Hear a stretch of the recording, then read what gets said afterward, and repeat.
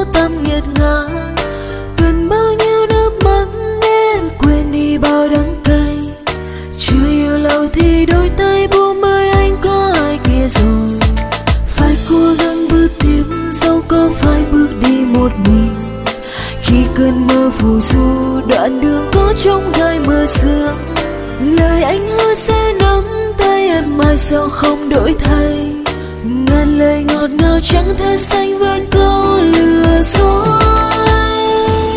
Cần thì cần một ai đâu dám yêu ai bây giờ yêu. Sẽ đau hơn khi trước khi yêu hơn gấp trăm ngàn lần. Yêu thương trao cho nhau khi lời hứa chúng ta bắt đầu. Đôi khi bên nhau lâu lời hứa đã có chẳng bền lâu. Cần thì cần một ai nhưng chẳng biết tin yêu vào ai.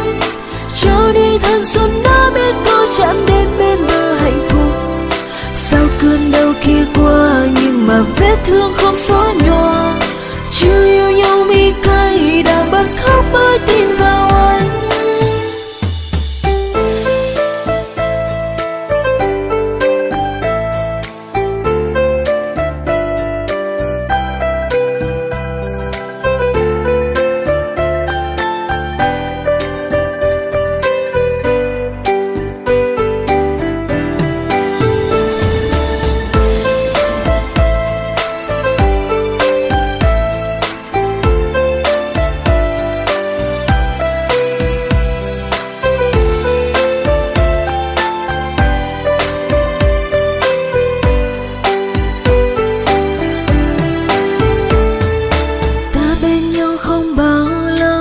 Sông kia lại về, xa anh xa càng xa, một khoảng cách vô tâm nghiệt ngã.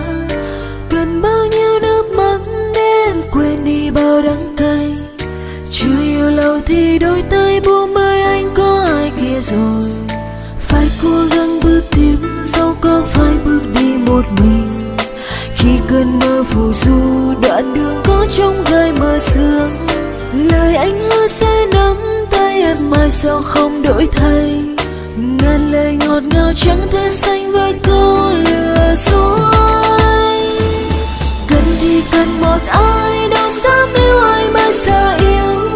Sẽ đau hơn khi trước khi yêu hơn gấp trăm ngàn lần. Yêu thương trao cho nhau khi lời hứa chúng ta bắt đầu. Đôi khi bên nhau lâu lời hứa đã có chẳng bền lâu. Cần thì cần một ai nhưng chẳng biết tin yêu vào ai. Cho đi thanh xuân đã biết có chạm đến bên bờ hạnh phúc. Sau cơn đau kia qua nhưng mà vết thương không xóa nhòa. Chưa yêu nhau mi cay đã bật khóc mới tin vào anh. Cần thì cần một ai đâu dám yêu ai bao giờ yêu. Sẽ đau hơn khi trước khi yêu hơn gấp trăm ngàn lần. Yêu thương cho nhau khi lời hứa chúng ta bắt đầu. Đôi khi bên nhau lâu lời hứa đã có chẳng bền lâu. Cần thì cần một ai nhưng chẳng biết tin yêu vào ai. Cho đi thanh xuân đã biết có chạm đến bên bờ hạnh phúc. Sau cơn đau kia qua nhưng mà vết thương không xóa nhòa.